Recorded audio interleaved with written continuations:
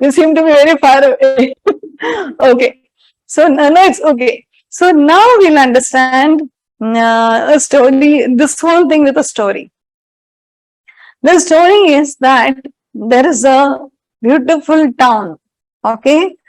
And in this beautiful town, there are very many handsome young boys, okay?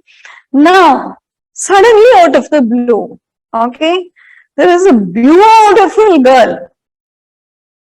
Surya, now you can get closer to the screen. Okay, there's a beautiful girl, okay, who suddenly appears out of the blue. Now all the boys, or rather we'll take it men and women, okay, all the men in the town, when they see this beautiful lady, they just are infatuated with her, okay. Wow, she's so beautiful.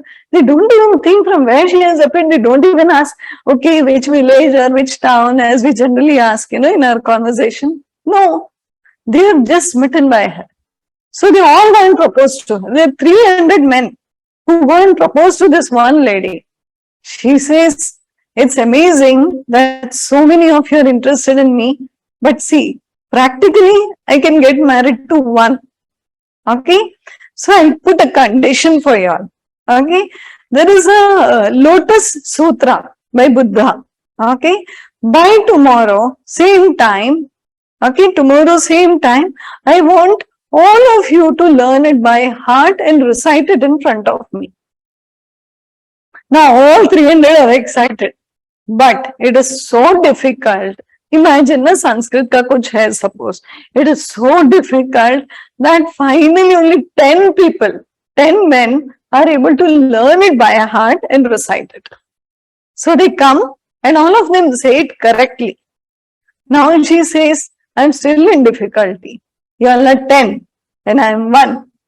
So what should I do? Okay, by tomorrow, any of you who can actually intellectually, explain these sutras along with recitation, I will marry that one. Now all the 10, they're infatuated. They go and full night, day, 24 hours, they're trying to get the meaning, and somehow they get the meaning and they by heart it and they come. So now out of the 10, 3 manage it. They win. Okay, 3 of them can recite and explain. So now she says, still difficult. Y'all are 3, it's great. 300 to 3 is good number, but I can still marry only 1. So now this lady says, 1 of you, only 1 I need, but still you 3 are there. So what I'll ask of you is, I want you all to experience the Lotus Sutra. So tomorrow when you come, recite it and explain it, I should, literally feel the fragrance of the Lotus Sutra coming from you. Now, this is a tough condition. Okay, so she wants the person to experience it.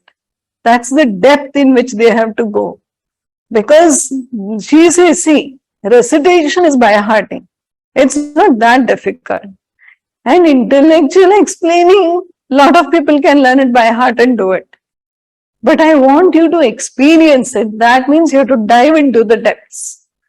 So then the 3 of them go back, and next day, 1 man comes. And the minute he enters, she knows that he has known it. He has known the Lotus Sutra fully. It's not only like a machine by hearting and then intellectual explanation. No, he knows it. So now she is very excited. She says, come, we need to marry, now come. So she takes him and they walk and they reach outside the town. Okay, outside the town there is a beautiful cottage. And this man thinks, I've never seen this cottage, I've never come this side of town only. So they enter the cottage and the girls, the women, ladies, whatever, the parents are sitting there. And he goes and meets them. And they say, very good, so you were able to do it, huh? Superb, very good. And the lady goes inside. So he naturally talks to the parents for some time. And then they say, okay, the girl is inside, you can go. you know. So now he's excited because now he's going to get to talk to her. So he enters the room. When he enters the room, she's not there. So then he wonders where she went. Then he sees a door which is open. So he says, oh, she must have gone out. So then he sees, some garden or something which is far away. So he walks a lot, and then finally reaches the garden. He's sure she's gone there because he can see footsteps. So he knows she's walked that path. So quickly, he says, why did I waste time in talking to her parents anyway? So he reaches the garden. He checks everywhere. She's not there. Towards the end of the garden, suddenly he finds himself, just at the end of the garden, in front of a beautiful lake. And there he sees golden slippers. And he says, oh, she left it here. But where will she go? Because there's only a lake now. There is nothing beyond that. So then he says, where did she go? Because she's come till here. She can't have drowned. He turns behind. Now you don't need to get scared. He turns behind and sees there is no house. There is no garden. Okay? There's no garden. There is no house. He turns this side. There's no lake. There are no slippers. There is nothingness. And there is loud laughter, cosmic laughter. And he starts laughing. There is nothing, okay? Whatever he came through, nothing. In absolutely nothing. He also starts laughing. And he gets married to nothingness.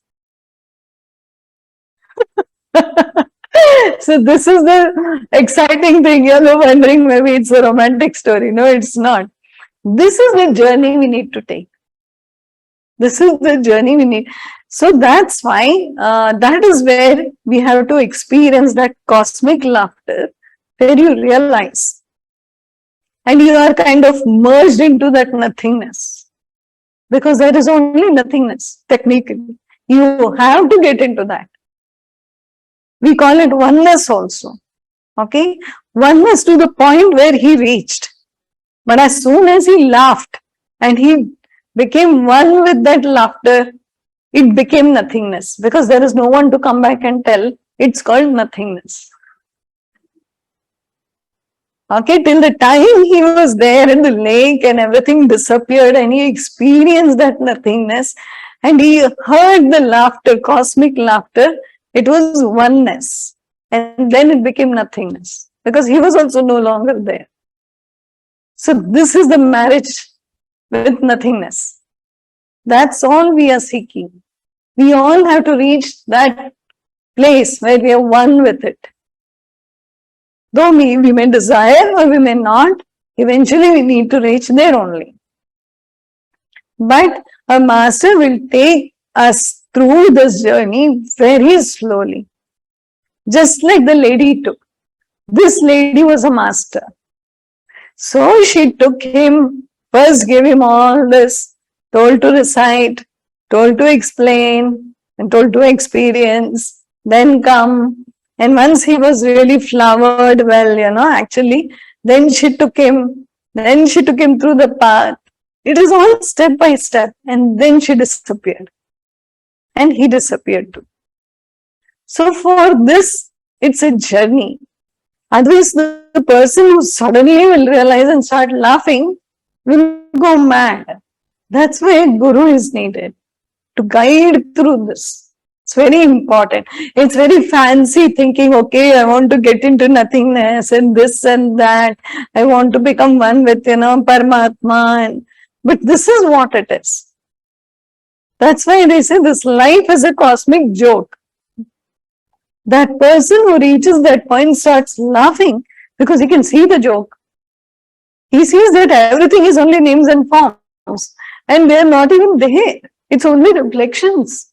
And what was I crying and suffering about? And they start laughing. That's when it becomes a cosmic joke. Okay, and then there is a cosmic laughter. So this is the journey.